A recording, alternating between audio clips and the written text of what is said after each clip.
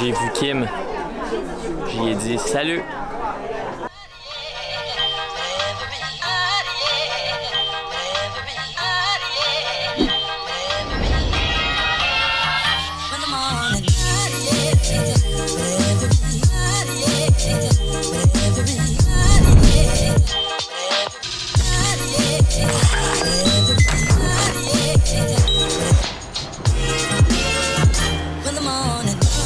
Alright, aujourd'hui, on s'en va faire une activité que MJ veut faire depuis qu'elle a vu l'émission Departures. Aujourd'hui, on s'en va à la recherche de Kim Jong-won.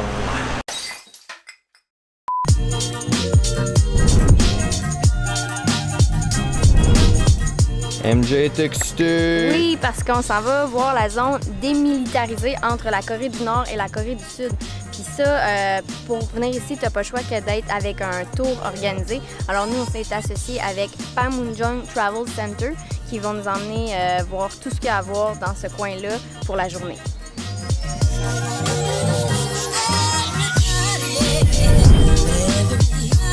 Là, on veut vous mettre en contexte. Le tour a duré toute la journée. Fait qu'on est parti à 8h30 le matin, on est revenu à 4h30 le soir. Puis dans le tour, on a eu la chance de voir quelques musées, on a écouté 2 petits films. Tout ça dans le but de nous expliquer comment ça se passe entre les 2 pays, la situation politique. Là, au cas où que vous vivez en dessous d'une roche depuis longtemps, bien, la Corée du Nord puis la Corée du Sud, ils s'entendent pas bien. En fait, ils sont en guerre depuis plus de 60 ans. Et oui, la guerre a encore lieu, mais c'est plus physique. Ils se battent plus parce qu'ils ont signé une entente, une armistice qu'on appelle il y a de ça quelques années. Et quand ils ont signé cette entente-là de plus se battre pour justement être capable de venir à une entente collective, bien, ils ont créé la DMZ, la Demilitarized Zone, qui est comme une bande, en fait, de genre 4 km de large en plein milieu des 2 pays qui les séparent et où ils peuvent avoir des discussions politiques pour, comme j'ai dit, venir à une entente politique. Comme c'est une zone militaire, on a dû serrer la caméra une fois de temps en temps. Parce que c'est juste interdit de filmer à certains endroits, qui est complètement comprenable, parce que moi, ça me tentait pas d'aller en prison. Pour toi? Moi non plus. Ouais. Pas du tout. Puis justement, dans notre autobus, il y avait sur notre tour une réfugiée de la Corée du Nord qu'on ne pouvait pas filmer pour des raisons évidentes, là, des raisons de sécurité. Elle nous racontait un peu son histoire, puis elle nous disait que comme elle est réfugiée maintenant en Corée du Sud, bien, ça pourrait être dangereux pour soit sa famille qui reste là-bas ou même pour elle si on apprenait où elle était en ce moment. Là, pour nous, le gros highlight de la journée, on pouvait pas le filmer non plus. Il fallait qu'on serre les caméras. Mais en gros, c'était la visite du 3e tunnel. Je vous explique. La Corée du Nord aurait creusé 4 ou même plus tunnels qui partaient de la Corée du Nord, qui se rendraient en Corée du Sud pour envahir et attaquer la Corée du Sud. Mais bon, la Corée du Sud aurait eu des pistes puis aurait découvert ces 4 tunnels-là. En gros, le 3e tunnel est encore accessible aujourd'hui aux touristes, aux personnes qui veulent le visiter. Ceci dit, tu peux pas visiter le tunnel au complet. Sur le 1,6 km de trajet, il y a seulement 265 mètres qui est possible de visiter parce qu'au bout du 265 mètres, bien, ils ont érigé un mur entre les deux pour empêcher l'entrée et la sortie d'un côté et de l'autre du tunnel. On prend un petit train, là. Dans le fond, ça a l'air un peu d'un manège, là, et on descend dans le tunnel, assis dans ce train-là. Puis rendu en bas, dans le tunnel, bien, tu peux marcher toute la longueur jusqu'au petit muret.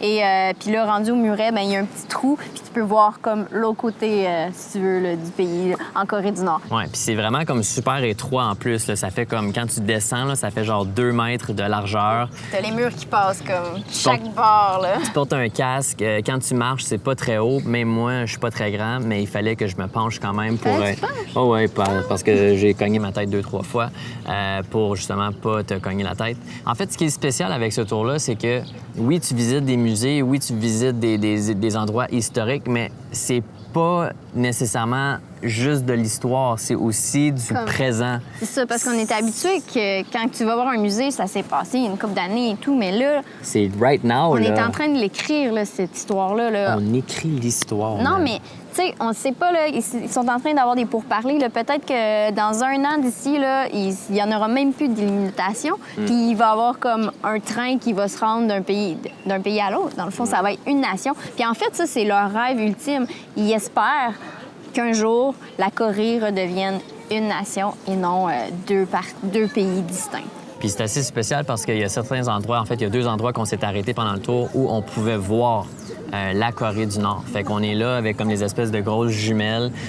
Puis on peut voir des gens, l'autre côté, qui travaillent dans les champs, des fermiers et tout, des gens qui se promènent. Fait que c'est comme, ils sont là, mais c'est comme tellement 2 mondes différents.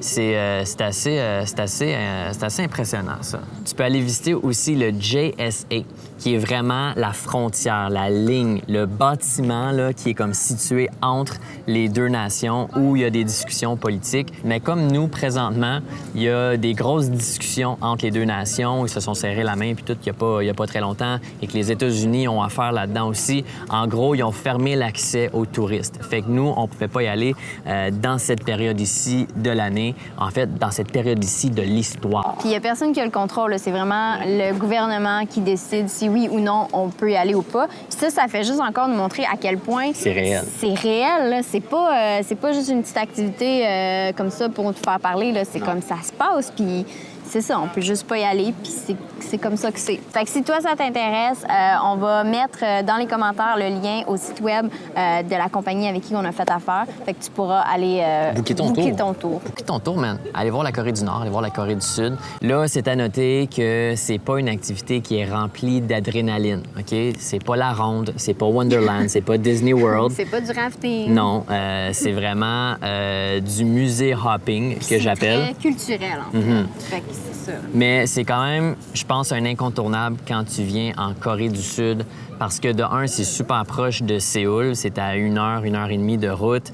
C'est super accessible, évidemment, facile de booker un tour. Fait que c'est quand même une activité qui vaut la peine de faire. Fait que si tu as des questions, quoi que ce soit, n'hésite pas de nous écrire soit en message perso sur Facebook, Instagram ou de laisser un commentaire sous cette vidéo, puis ça va nous faire un plaisir d'y répondre. Puis, ben sur ce, nous, on est sur le point de quitter la Corée du Sud. Déjà? Déjà? C'est sûr que ça a passé vite. C'était pas très long. 10 jours. C'était un petit 10 jours, mais... Mais très agréable. Fait que, all right, on se revoit la prochaine fois. Ciao! Salut!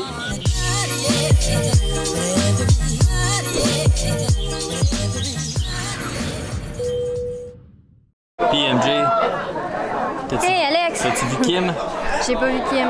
Non? J'ai regardé bien loin, là. J'ai vu son drapeau, par exemple. Ah oui? Il y a un gros drapeau, là, on le voit dans le fond, il est rouge. Puis on voit aussi le drapeau de la Corée du Sud qui est blanc. Fait que, tu vois, là, on est vraiment proche, là. Puis tu vois aussi la zone où il y a les buildings de meeting, là. La Deux zone mots. où il y a les buildings de meeting. Ouais.